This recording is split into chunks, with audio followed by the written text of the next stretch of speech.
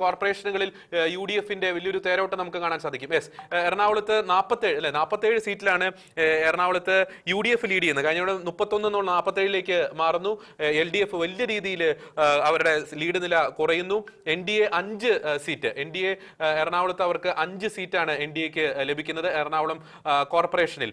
കഴിഞ്ഞ തവണ ഇത്തവണ NDA അവിടെ എറണാകുളം ജില്ലാ കോർപ്പറേഷനിൽ ഒരു മുന്നേറ്റം കാഴ്ചവെക്കുന്നുണ്ട്. അവർക്ക് ഈ പറയുന്നത് പോലെ എറണാകുളം മേഖലകളിൽ ചില മേഖലകളിലൊക്കെ മുന്നേറ്റം കാഴ്ചവെക്കുന്നുണ്ട്. കഴിഞ്ഞ തവണ 5 സീറ്റായിരുന്നു അവർക്കുണ്ടായിരുന്നത്. അപ്പോൾ അങ്ങനെ തൃശ്ശൂർ ഏതായാലും UDF പിടിക്കും, കൊച്ചി പിടിക്കും, കൊച്ചി പിടിക്കും. പക്ഷേ തിരുവനന്തപുരം NDA എന്നുള്ള രീതിയിലേക്ക് കാര്യങ്ങൾ പോകുന്നു. NDAയുടെ ശക്തമായ കുതിപ്പ് തന്നെയാണ് തലസ്ഥാനത്തുള്ളത്. NDA എന്തായാലും, പക്ഷേ പാലക്കാട് ചെറിയ ക്ഷീണം തന്നെയാണ് NDAക്ക് എന്ന കാര്യത്തിൽ. അതെ, പാലക്കാട് പോവുകയാണെങ്കിലും തിരുവനന്തപുരം സംസ്ഥാനം തന്നെ പിടിച്ചെടുക്കും എന്ന് തന്നെയാണ് തോന്നുന്നു. NDAയുടെ മുന്നേറ്റം നടക്കുന്നത് നല്ല രീതിയിൽ തന്നെ. തിരുവനന്തപുരം കോർപ്പറേഷനിൽ NDA മുന്നോട്ട് പോയി നിയമത്ത് തൂത്തുവാരുകയാണ് BJP. ശരിക്കും പറയുകയാണെങ്കിൽ LDF-നെ ഞെട്ടിച്ചുകൊണ്ടാണ് UDF-ന്റെ ഒരു മുന്നേറ്റം ഉണ്ടായിക്കൊണ്ടിരിക്കുന്നത്. സംസ്ഥാനത്തിന്റെ എല്ലാ സ്ഥലങ്ങളിലും വ്യക്തമായ ഒരു നില ഭദ്രമാക്കാൻ UDF-ന് കഴിഞ്ഞിട്ടുണ്ട്. പാലക്കാട് ഷൊർണൂര് BJPക്ക് ക്ഷീണം സംഭവിച്ചിരിക്കുകയാണ്. അവിടെ LDF ഭരണം പിടിച്ചെടുത്തു. 4 കോർപ്പറേഷനുകളിലും UDF തന്നെയാണ് ഇപ്പോൾ മുന്നോട്ട് നിൽക്കുന്നത്. 4 കോർപ്പറേഷനുകളിലും UDF തന്നെ മുന്നോട്ട് നിൽക്കുന്നു. തിരുവനന്തപുരവും പാലക്കാടും മാത്രമാണ്. തിരുവനന്തപുരം മുന്നിട്ട് നിൽക്കുന്നത് NDA, പാലക്കാട് മുന്നിട്ട് നിൽക്കുന്നത് LDF എന്നുള്ളതാണ് ഉള്ളത്. ബാക്കി 4 കോർപ്പറേഷനുകളിലും UDF തന്നെയാണ് മുന്നോട്ട് നിൽക്കുന്നത്.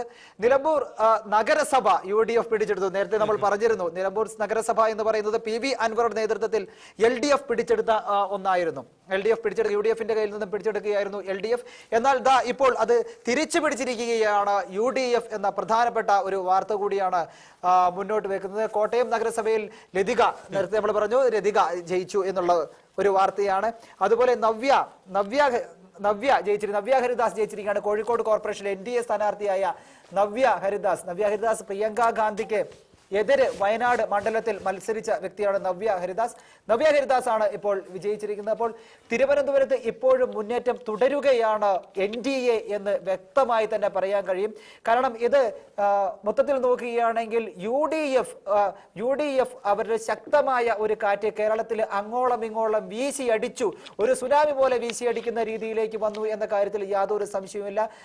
എവിടെയും UDF-ന്റെ ഒരു തേരോട്ടം കാണാൻ കഴിയുന്നുണ്ട്. പക്ഷേ നോക്കുകയാണെങ്കിൽ 4 കോർപ്പറേഷനുകളിലും UDF അവരുടെ തേരോട്ടം നടത്തുക തന്നെയാണ്. 2 കോർപ്പറേഷനാണ് നേരത്തെ പറഞ്ഞതുപോലെ തന്നെ. പാലക്കാട്, അതേപോലെ പാലക്കാടും തിരുവനന്തപുരവുമാണ് മറ്റു 2 കോർപ്പറേഷൻ എന്ന് പറയുന്നത്.